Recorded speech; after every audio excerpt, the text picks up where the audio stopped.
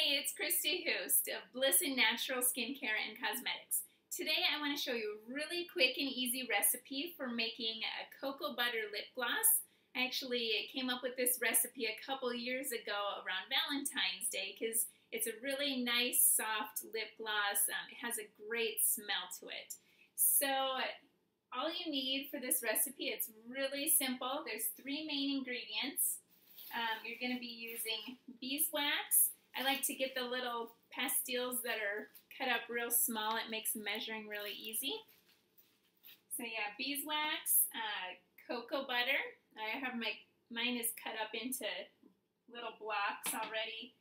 And then almond oil. And then optionally, if you like your lip gloss to have a little stronger scent, the cocoa butter smells great in there, but some people like it a little stronger.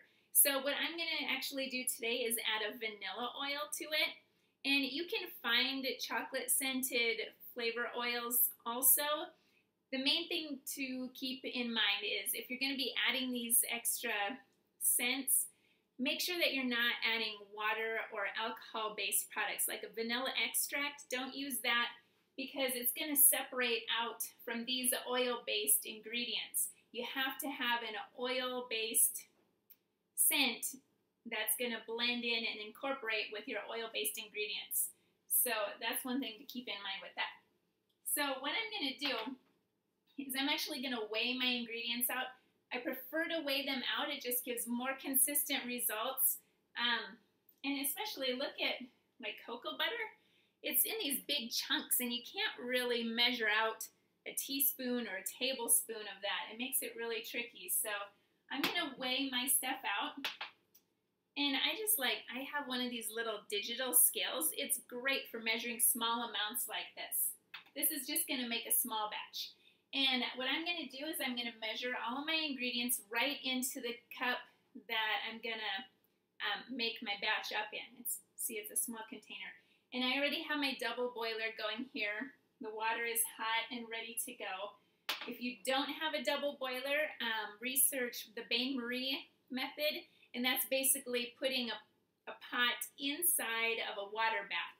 You don't want your ingredients to melt directly over the heat source because they could burn or scorch, so you want to melt them in a water bath. So let's get started here. I'm going to go ahead and tare my scale so it's at 0. And my recipe today, I'm going to get it in gram measurements. So my first ingredient is the almond oil. I'm going to use 25 grams of that. So what I do, I just pour it directly in here. It's zeroed out. So we're just going to dump it in there until we get to 25 grams. I like to minimize the steps in the process to make it as easy as possible for myself and for everyone following these steps. So I have 25 grams of oil. Again, I'm going to tare that so it goes back to 0 and I can just dump in my next ingredient. So now I'm going to put in my beeswax, and I need 10 grams of beeswax. I'm not sure if I have enough in this bag here or not, but we'll see what we got.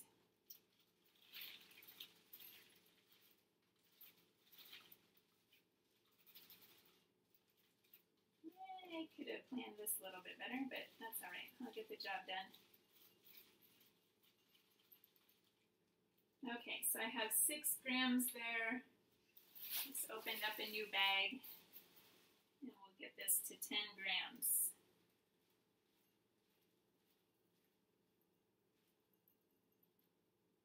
There we go, right at 10 grams.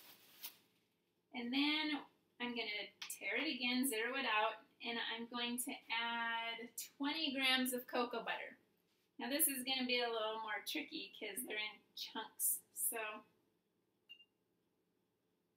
there's 6 grams. I'm going to find a bigger block here. 16. You can see how it's easier to weigh it rather than trying to measure it by the tablespoon, because if you're not familiar with cocoa butter, it's pretty hard, solid stuff. It's not as hard as beeswax, but it's still pretty solid. Okay, now we're at 22 grams of cocoa butter. So now I'm just going to stick it right in my water bath that's already going.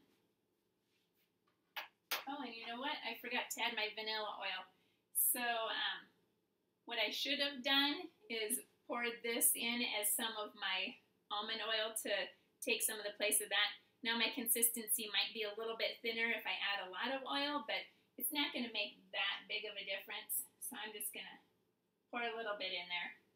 That'll add that nice warm vanilla scent, and it's going to blend nicely with the cocoa butter smell. So all I'm going to do now is let this melt down. One thing that I will point out is when you put the cup into your water bath, you want the water level to cover the oil ingredients in your cup. It'll help it melt faster. Otherwise, it'll take forever and you'll have to mix it a lot. And you also want to make sure that the water level doesn't come too close to the top, because you don't want to risk getting any water into your product, because it's going to separate out how water and oil don't mix together. So right now, what I'm going to do is just let that melt down, and I'll be back with you in just a minute. Hey, I'm back. It looks like our beeswax and cocoa butter are melted here, and it took about 20 minutes to do that small amount, because you do want to melt everything slow and gentle. Like I said, you don't want it to burn. So I'm going to grab my little container out of the water bath.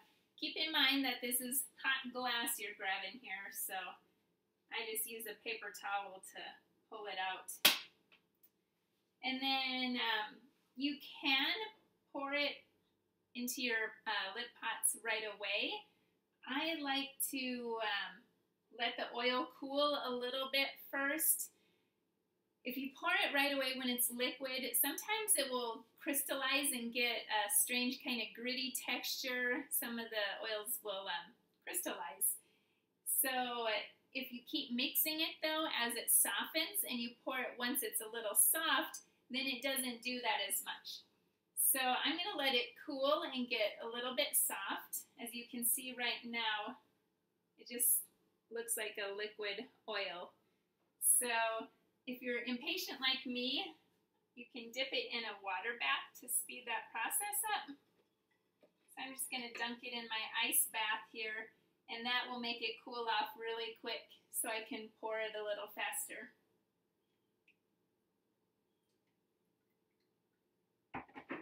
And you can put it in whatever kind of open container you want. The ratio of ingredients for this recipe, it's going to make a softer texture. So you want to put it in a container that you can dip into. So I have a 2-ounce glass jar here, and I also have a smaller lip pot. I think that should be enough to for this to fill. Don't try to pour this into chapstick tubes or lip gloss tubes. It's going to be way too soft for those, and if you try to do that, you're going to end up, you know, when you try to put it on, it'll mash on your face and be all goopy. Okay, so I actually paused that for a few minutes as it cooled and softened up.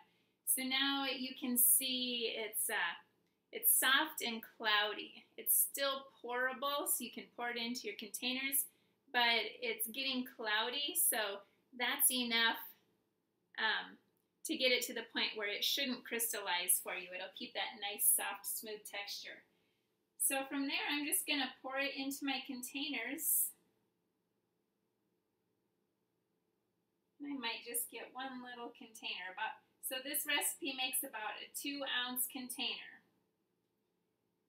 And then you just let it sit and cool until it's to room temperature. You don't want to put the lid on until it's completely cool, because if you put the lid on, you might get condensation droplets or water droplets on the lid. And then if you get water into your product, you run the risk of getting bacterial contamination, which nobody wants. So that is it for our quick and easy cocoa butter lip gloss recipe for today. And if you'd like more tips and tricks on skincare and cosmetics, go ahead and visit www.blissennaturals.com. Thanks, guys.